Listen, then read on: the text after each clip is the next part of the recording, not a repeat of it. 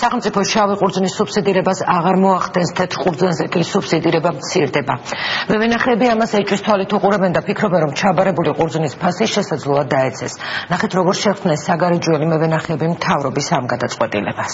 ნაკლებად მიმაჩნია მე, რომ ესე იგი სახელმწიფოს გარეშე გლეხი და მარანი მოშველდეს. სოსო ჯამალაშვილის საგარეჯოს რაიონში 1 ჰექტრამდე ვენახს ფლობს. წელს უხმოსავალს ელოდება. ის რომ სახელმწიფო სუბსიდირებაზე უარს ამბობს ჟურნალისტებისგან შეიტყო. ამბობს, რომ მევენახეებისთვის უმჯობესია სახელმწიფოს მხრიდან ყურძნზე სუბსიდირება განხორციელდეს, რადგან ეს მათთვის უფრო საიმედოა. კარგი იქნება, რომ სუბსიდია კონდეს სახელმწიფოს. იმიტომ რომ მე მგონი გლეხს მე მაგალითად უფრო იმედის თვალით უყურებ, სახელმწიფო როცა გარანტია, უფრო მარანზე მიდის ეს ისა რა ქვია. მოსავალი და არის ზოგი გლეხი რომ არჩევს მაგალითად კერძო ბაზარზე წაიღებს და გაყიდის. მე გვინერი ბიზნესმენი დააქეს საზღვარით, ხო? რაც იაფად შეისყიდის, ის ურჩევნია იმას. მე ეს რა დამიჯდა ის იმას არ აკითხულობს არავინ. მევენახეები შიშობენ, რომ სახელმწიფოს ჩარევის გარეშე მეღვინეები ყურძნზე ფასს თავად დააწესებენ. დაიძულებული გახდებიან მოსავალი იაფად ჩააბარონ. გადაშენდება და ამოიყრიან ვენახებს. კახეთში ვაზი აღარ იქნება თუ დაუკლეს ფასი უნდა მოუმატონ, რომ მოსახლეობა დაინტერესდეს, რომ იმუშავონ და მოიყვანონ მოსავალი. არა და არაფერი არ გამოიესე. თუ მთავრობა აღარ დააფინანსებს ჩამოვარდა ფასი აბა რა იქნება.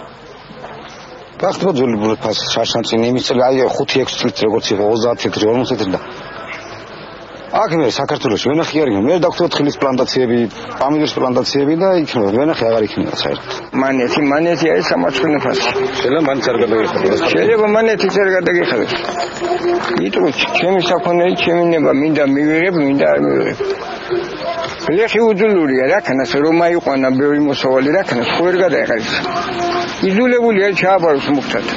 მთავრობა წელს შავი ყურძნის სუბსიდირებას აღარ მოახდენს. თეთრ ყურძნზე კი თანხა შემცირდება. ღვინის ეროვნული სააგენტოს თავმჯდომარის განმარტებით, რადგან ბაზარზე მოთხოვნა დიდია, მიწოდება კი ნაკლები, სახელმწიფო სექტორის დაზარალების გარეშე შეუძლია სუბსიდირების რეჟიმიდან თანდათანობით გამოვიდეს.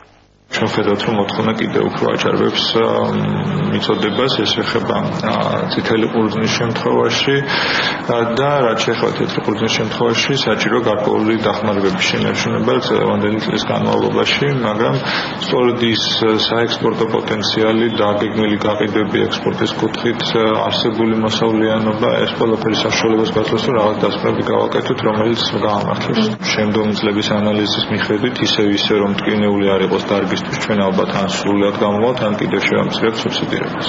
რა თანხას გადაიხდიან ყურძნში მეღვინეებს ამის პროგნოზირება უჭირთ. თუმცა ღვინის მწარმოებელ კომპანიებში ფიქრობენ, რომ სახელმწიფოს ჩარევის გარეშე ფასები უფრო ლოგიკური იქნება და მეღვინეებს შორის კონკურენციას გაზრდის. იმისათვის რომ ქართულმა ღვინოებმა შეინარჩუნოს კონკურენტუნარიანობა, ყურძნის ფასი უნდა იყოს ადეკვატური.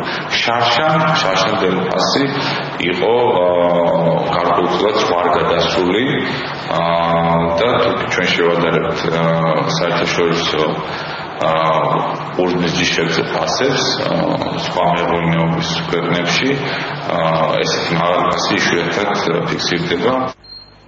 ბრენდინგისა და მარკეტინგის სპეციალისტი ლევან კობერიძე სახელმწიფოს მხრიდან სუბსიდირების განხორციელების აუცილებლობას ვერ ხედავს. ღვინის მწარმოებელთა კავშირის ყოფილი თავმჯდომარე ამბობს, რომ უმჯობესი იქნება თუ სახელმწიფო რესურსს ქართული ღვინის პოპულარიზაციისკენ მიმართავს.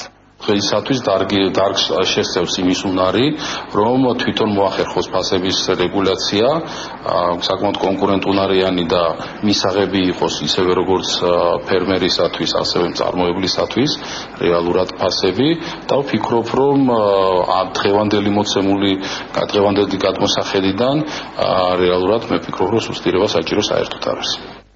შარშან სახელმწიფო 1 კილოგრამს ქაცითელსა და მწვანე კახურში 40 თეთრს, საფერავზე კი 25 თეთრს იხდიდა. მთავრობა სავარაუდოდ მომავალი წლიდან ყურძნის სუბსიდირებას საერთოდ აღარ განახორციელებს.